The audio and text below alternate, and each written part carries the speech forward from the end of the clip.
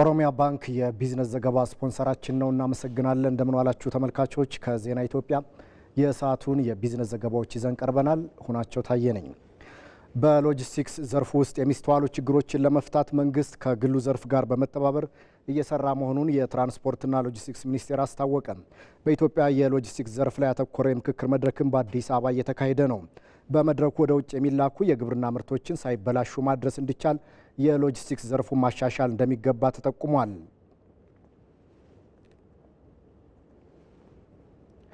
ተመልካቾች እዚሁ ዜና ላይ ቆይታ እናደርጋለን። ውይይቱን እየተከታተለ የሚገኘው ባልደረባችን ሳምሶን ገድሉ ተጨማሪ መረጃ ሊያደርሰን በቀጥታ መስመራችን ላይ ነው የሚገኘው። ሳምሶን እንዴት ውለሃል?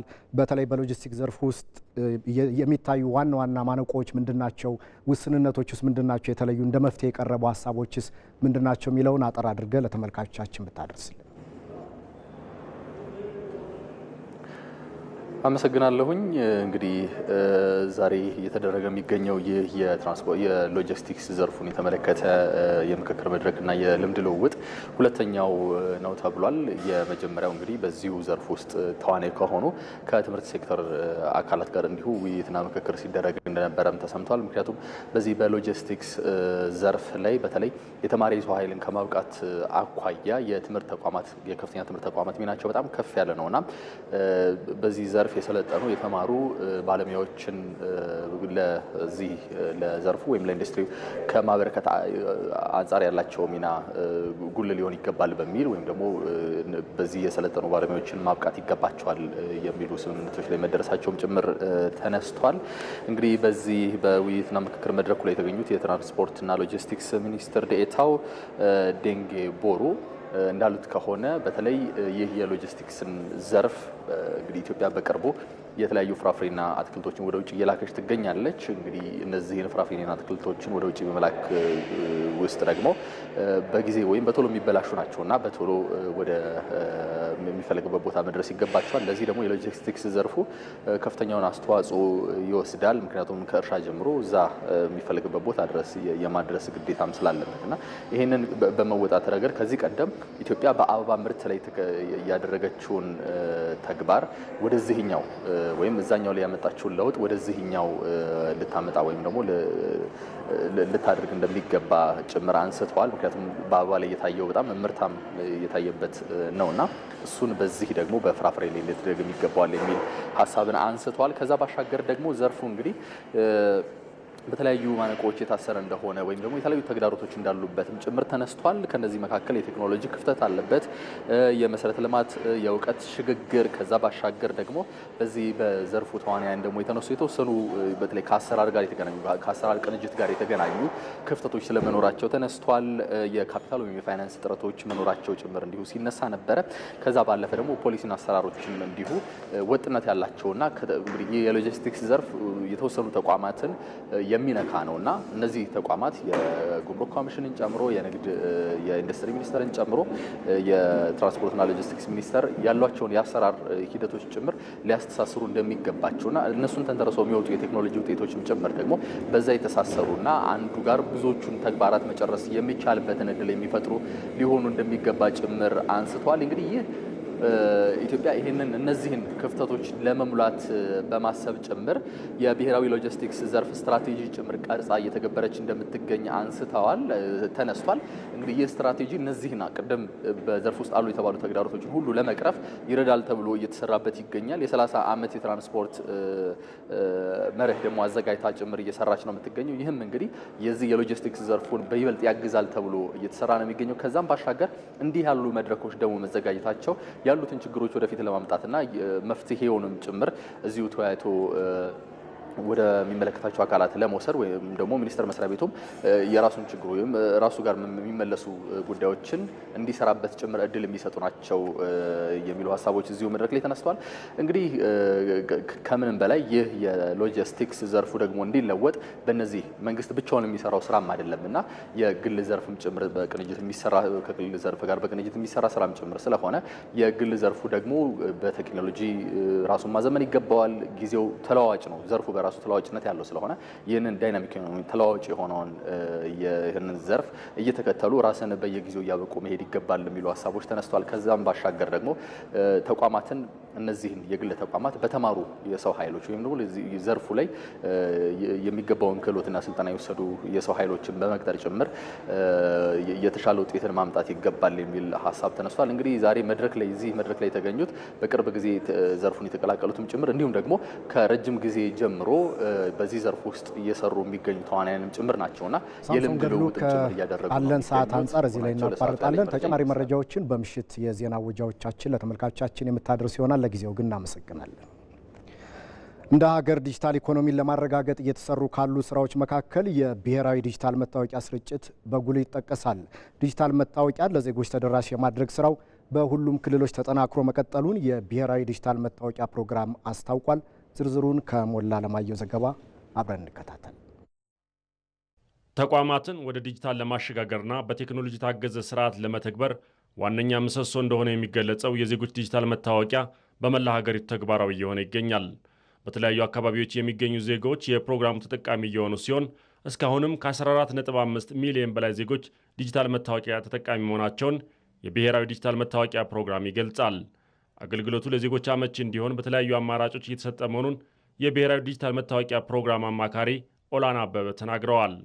የምዝገባ ስርዓታችን 3 አይነቶች የምዝገባ ስርዓቶች እንጠቀማለን። አንደኛው በራሳችን ኦፊሰሮች አሉን ወይንም ባለሙያዎች የምዝገባ ባለሙያዎች አሉን፣ እነሱ የሚመዘግቡበት ሞዳሊቲ አለ። ሁለተኛው የልማት ድርጅቶች የመንግስት ተቋማት ጋር በመፈራረም የምዝገባ ስርዓቱን እናካሂዳለን። ሶስተኛው የግል ሴክተሩን የምናሳትፍበት በጨረታ ወጥቶ የሱፐር ኤጀንት ሞዳሊቲ እንለዋለን። እሱን ኢንጌጅ አድርገን ሪሞትሊ ገብቶ እንዲሰሩ የምናደርግበት የስራ አካሄድ ነው ያለው። እንግዲህ ፋይዳ የተሰኘው የዲጂታል መታወቂያ ፕሮግራም ከዋና ዋና ከተሞች ባሻገር በሁሉም ክልሎች ተግባራዊ ለማድረግ ከመንግስት መዋቅርና ከክልል አመራሮች ጋር በቅንጅት እየተሰራ መሆኑን አቶ ኦላና ገልጸዋል። ክልሎች ላይም ኦልሞስት ዲፕሎይመንት ተጀምሯል ወይም የትግበራ ስራው ተጀምሯል። አሁን ግን በሰፊው ስፔሻሊ በዚህ ወር የሲዳማ ክልል ጋር ከማዕከላዊ የኢትዮጵያ ክልል ከኦሮሚያ ክልል እንዲሁም ከአማራ ክልል በሰፊው ስራው የተጀመረበት ሁኔታ ነው ያለው። ይሄ ሲሰራ ደግሞ የመንግስት መዋቅር በመጠቀም መንግስት አምኖበት ለአገልግሎት አስፈላጊ ነው የሚለውን ነገር በተለያዩ ግንዛቤ ማስጨበጫዎች በመስራት በሰፊው እየተሰራበት ይገኛል ማለት ነው። ያለው መንግስት መዋቅር አምኖበት እየተሰራ ስለሆነ የተለያዩ የመንግስት አደረጃጀቶችን በመጠቀም አቅጣጫዎችን በማውረድ ምዝገባው እየተካሄደ ይገኛል ማለት ነው። የዲጂታል መታወቂያ ፕሮግራሙን ትግበራ ለማፋጠን የሚረዱ የክልል ቢሮዎችን በሁሉም አካባቢዎች ለመክፈት ቅድመ ዝግጅት መጠናቀቁን አቶ ኦላና ተናግረዋል።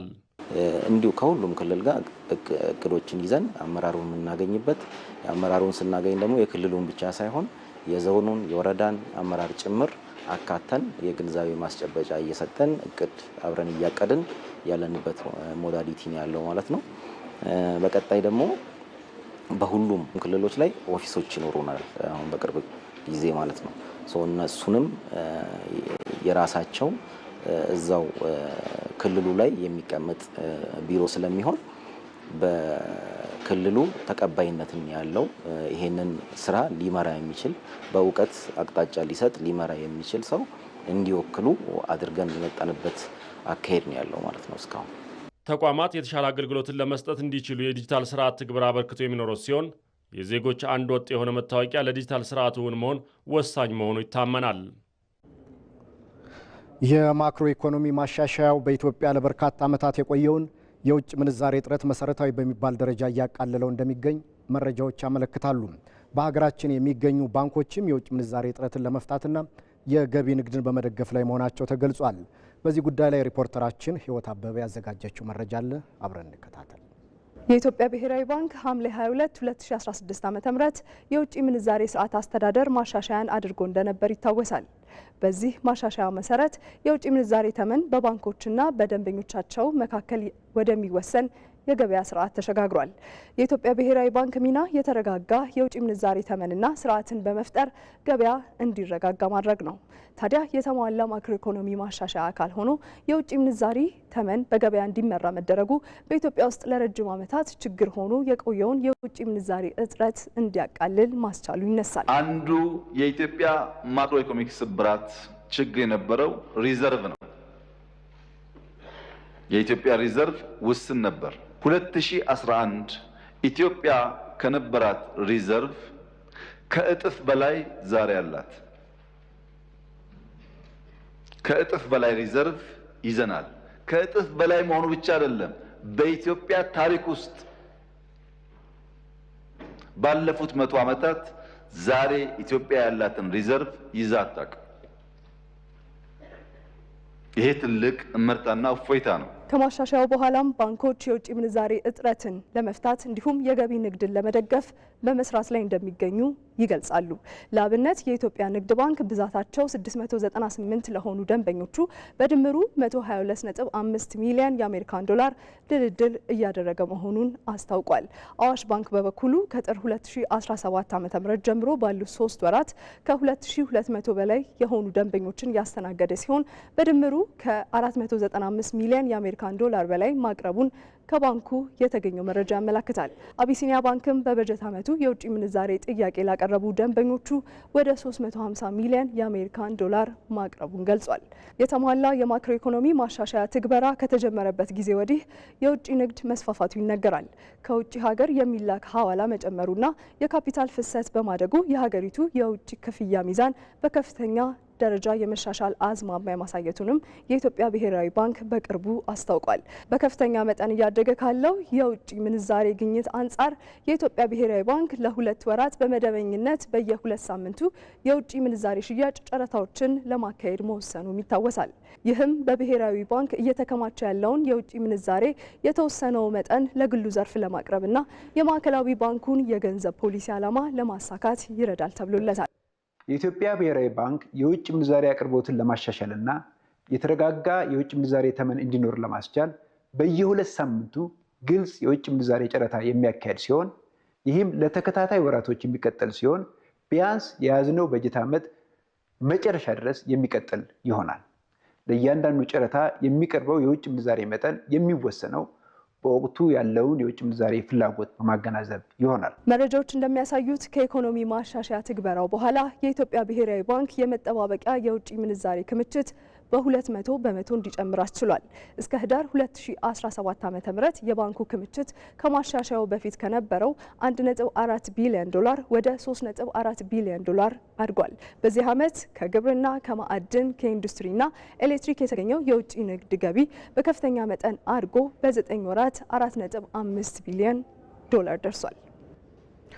ተመልካቾች ከዜና ኢትዮጵያ ለሰዓቱ የነበሩን የቢዝነስ ዘገባዎች በዚህ ተጠናቀዋል። ሆናቸው ታየ ነበርኩ። በሰላም ዋሉ።